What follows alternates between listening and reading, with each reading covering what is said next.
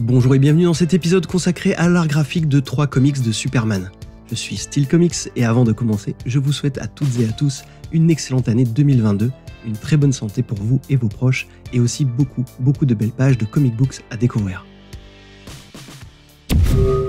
Une des raisons de la grande popularité de Batman est que son design initial se prête à de multiples interprétations et réinventions graphiques.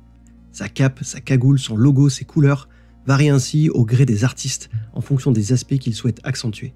En revanche, pour Superman, l'exercice est plus complexe car il reste visuellement un personnage aussi simple qu'iconique. Je vous propose pourtant aujourd'hui d'explorer 3 interprétations de l'homme d'acier que je trouve fascinantes. En septembre 86, DC Comics publie le numéro 423 du titre Superman et le présente comme l'historique dernier numéro. L'éditeur s'apprête en effet à relancer le personnage sous la plume et les crayons de John Byrne dans le fameux reboot baptisé The Man of Steel. Mais dans la tradition des histoires imaginaires qui ont souvent fait leur apparition dans les précédentes décennies de publication de Superman, cet épisode propose un récit ultime qui viendrait proposer une sorte de conclusion au Kryptonien tel qu'il était représenté dans le Silver Age. Pour réussir ce tour de force, il fallait une équipe d'exception.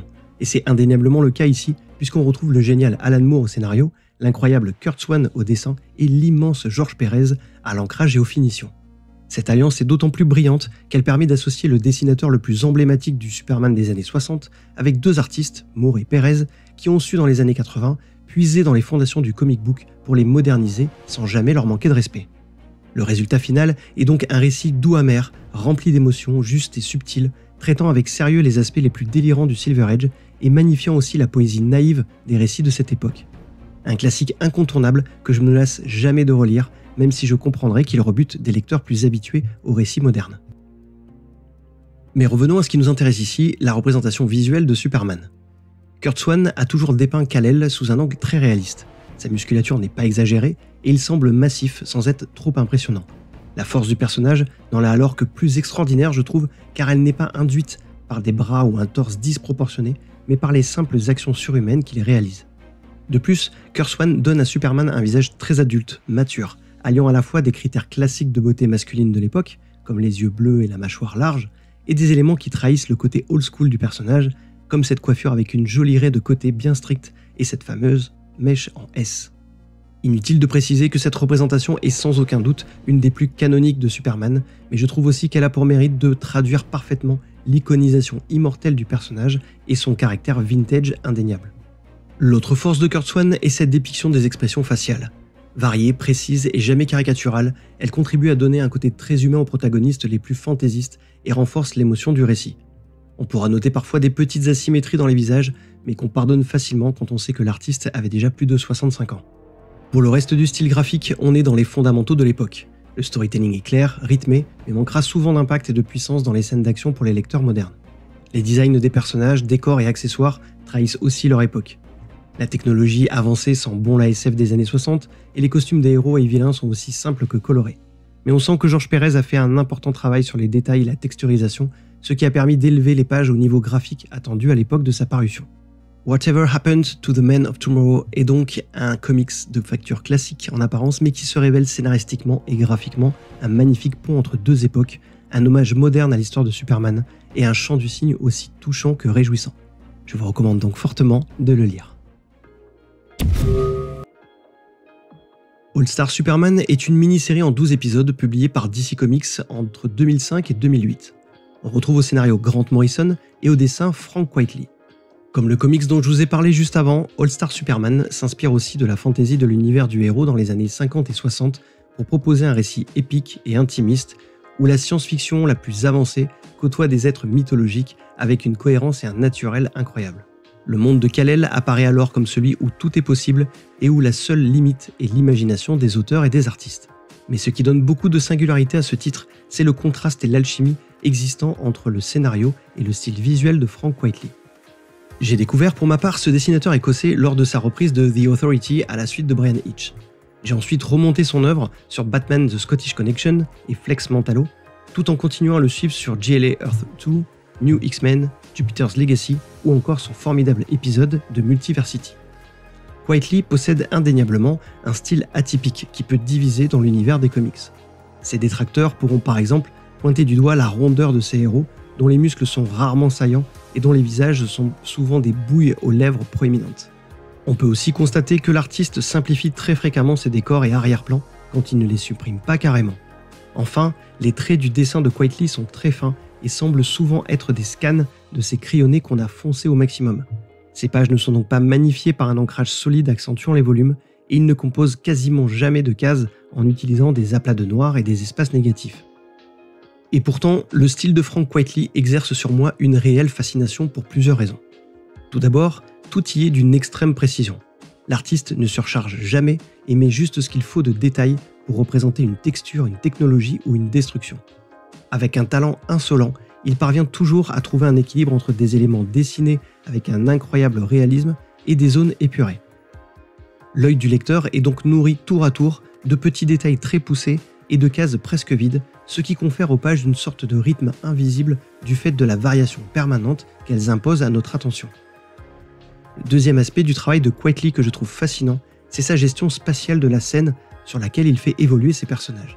Optant très souvent pour des légères plongées ou contre-plongées, il ne recule devant aucune perspective pour donner de la profondeur de champ à bon nombre de ses cases. Il possède aussi cette marque de fabrique qui consiste à positionner ses protagonistes dans un décor comme s'ils étaient des figurines dans une maquette. Qu'ils soient les pieds bien posés sur le sol, assis ou en lévitation, le volume que Frank Quitely parvient toujours à leur donner renforce l'illusion de ne pas regarder des cases plates, mais bien des fenêtres ouvertes sur des univers tridimensionnels. Enfin, je trouve que le talent principal de l'artiste réside dans son storytelling et plus particulièrement dans sa gestion du mouvement.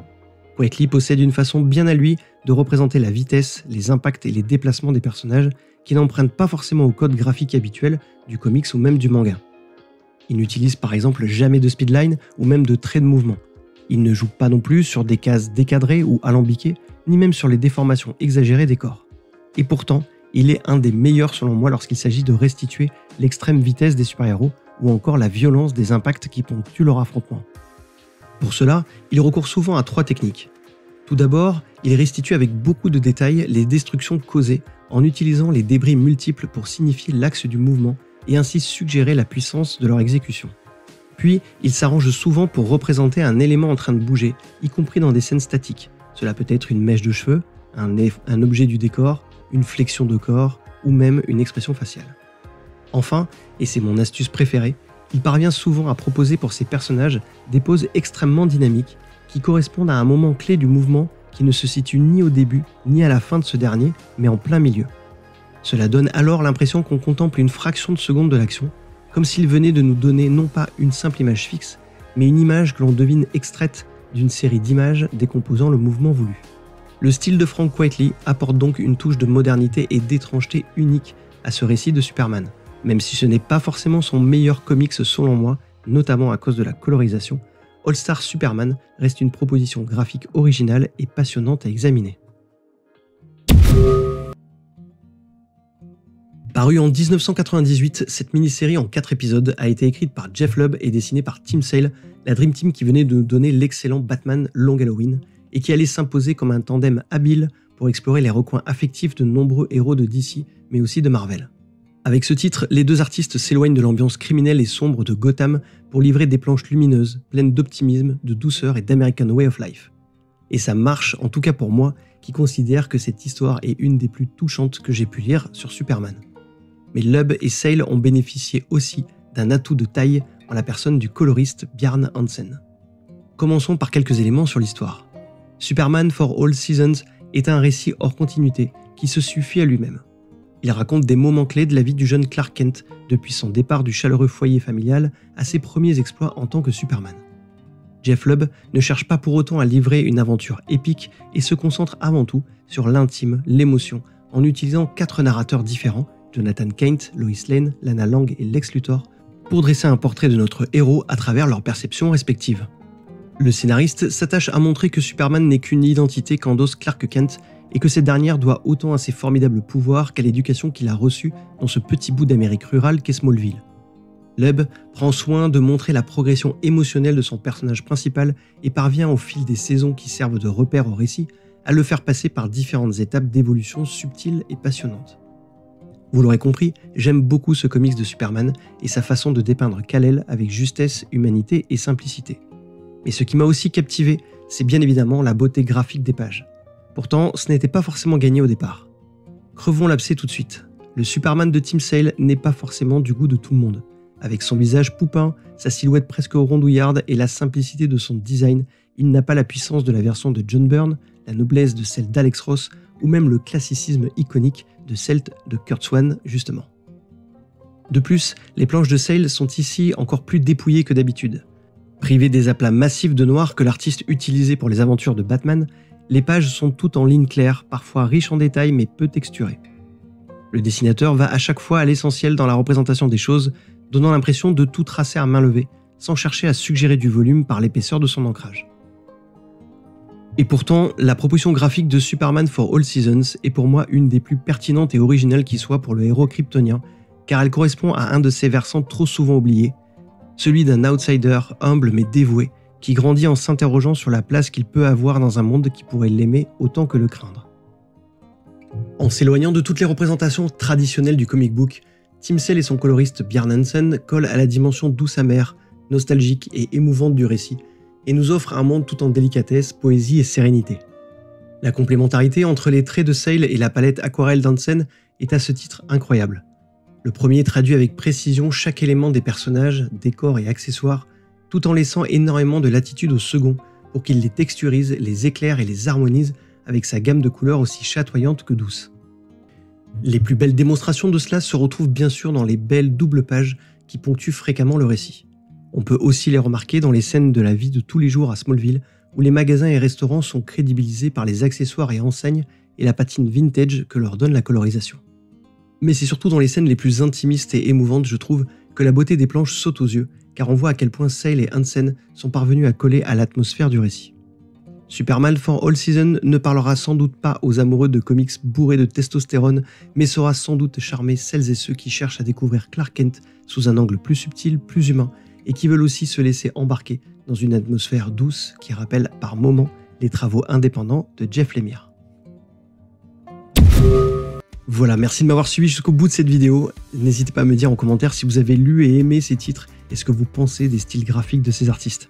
Je vous remercie aussi pour vos likes, partages, tweets et plus généralement pour votre soutien à cette petite chaîne qui continue de progresser grâce à vous. Je vous souhaite encore une excellente année et vous dis à très bientôt pour découvrir de nouveaux styles de comics.